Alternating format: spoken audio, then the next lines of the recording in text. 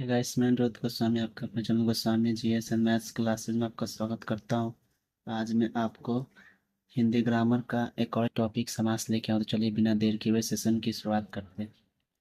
तो समास का मतलब होता है सम प्लस आस, यानी सम का अर्थ होता है संक्षिप्त और आस का मतलब होता है कथन। यानी शाब्दिक अर्थ की बात करें तो इसका मतलब होता है संक्षिप्तीकरण। ठीक है, यानी दो या दो से अधिक शब्दों के मिलने से बनने वाला एक सार्थक शब्द को हम क्या कहते हैं? समास कहते हैं। समास की अगर भेद की बात करें तो समास के मुख्यतः 6 भेद होते हैं, जिसमें अव्यय, तत्पुरुष, कर्मधारय, द्विगु, द्वंद्व और बहुव्रीहि होता है। ठीक है, अव्ययी भाव समास की हम बात करें तो जिस समास का पहला पद कैसा हो, अव्यय हो। अव्यय का मतलब होता है कि संज्ञा सर्वनाम विशेषण लिंग वचन के आधार पर जो है जिसके रूप में परिवर्तन ना हो उसी को क्या कहते हैं? अव्यय कहते हैं। यानी इन सभी चीजों के आधार पर जिसके रूप में जो है परिवर्तन नहीं होता है वह अव्ययी भाव समास होते हैं। जैसे भर पेट, तो इसमें कौन सा अव्यय है? भर। इसमें कौन सा है? यथा। इसमें कौन सा है? आ। और इसमें क्या है? यथा। जिसका मतलब भी आप देख पा रहे हैं कि पेट भर कर योग्यता के अनुसार मरण तक, ये सभी क्या है? अव्यय होते हैं। जैसे ये देख पा रहे हैं, सभी क्या है? अव्यय है। अव्ययी भाव समास की अगर हम बात करें पहचान के रूप में तो इसमें कभी कभी जो है इस एक ही शब्द जो है दो बार रिपीट हो जाता है, यानी दो बार दोहरा जाता है। जैसे कि आप देख पा रहे होंगे कभी कभी, धीरे धीरे। लेकिन सबसे मेन बात क्या है, इसके बीच में आपको हाइफन का चिन्ह आप देख पा रहे हैं, यानी योजक चिन्ह। इस चिन्ह को हम क्या कहते हैं?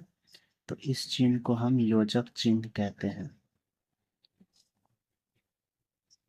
यानी जब भी जो है यह शब्द एक ही शब्द का रिपीटेशन दो बार होगा यानी दोहराएगा, तो बीच में आपको क्या होगा? यह जो है योजक चिन्ह आपको देखने को मिलता है। ठीक है, तो चलिए अगला देखते हैं। अगर हम तत्पुरुष समास की बात करें तो इसका पहला पद अर्थात पूर्व पद क्या होता है? सहायक होता है, जबकि उत्तर पद यानी अगला पद या दूसरा पद प्रधान होता है। जैसे कि हम बात करें, राजा का पुत्र राजपूत हो गया, गगन को चूमने वाले को गगनचुंबी कहते हैं। आपको इसमें ध्यान रखना क्या है, इस समास में कि बीच में आपको प्रायः कारक चिन्ह देखने को मिलते हैं। जैसे कि आप देख पा रहे होंगे इसमें को है, के लिए है, द्वारा है, से है, सभी क्या है? कारक चिन्ह है। ये क्या है? संबंध कारक है। और ये क्या है? कर्ता ने कर्म को, ये क्या है? कर्म कारक है। संप्रदान को के लिए, यानी रसोई के लिए क्या होता है? रसोई घर होता है।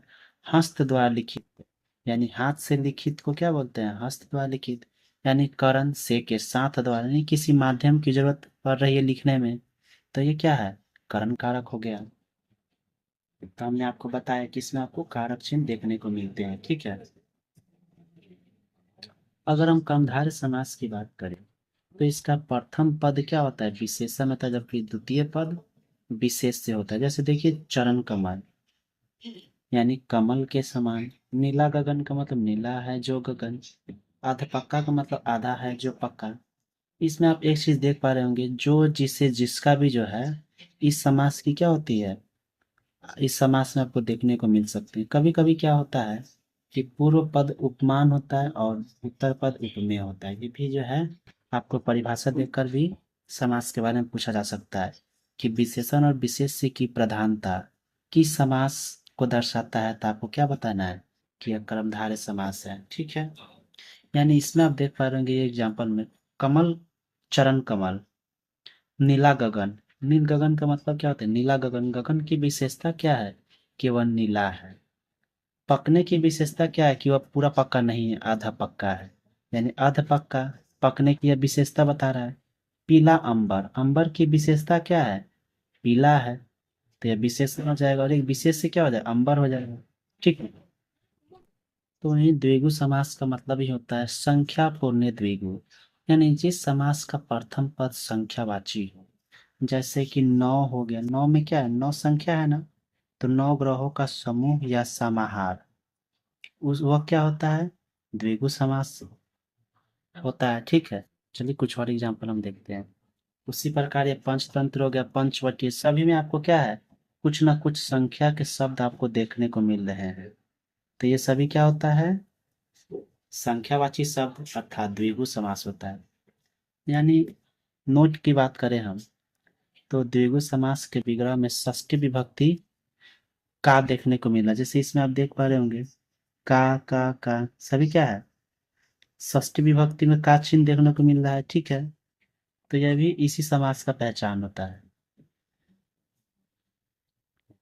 द्वंद्व समास की बात करें तो इसमें पूर्व और उत्तर पद क्या होता है, प्रधान होता है, एवं पदों के बीच में आपको योजक चिन्ह लगा होता है, जैसे रात दिन, पाप पुण्य, माप तौल, ठीक है।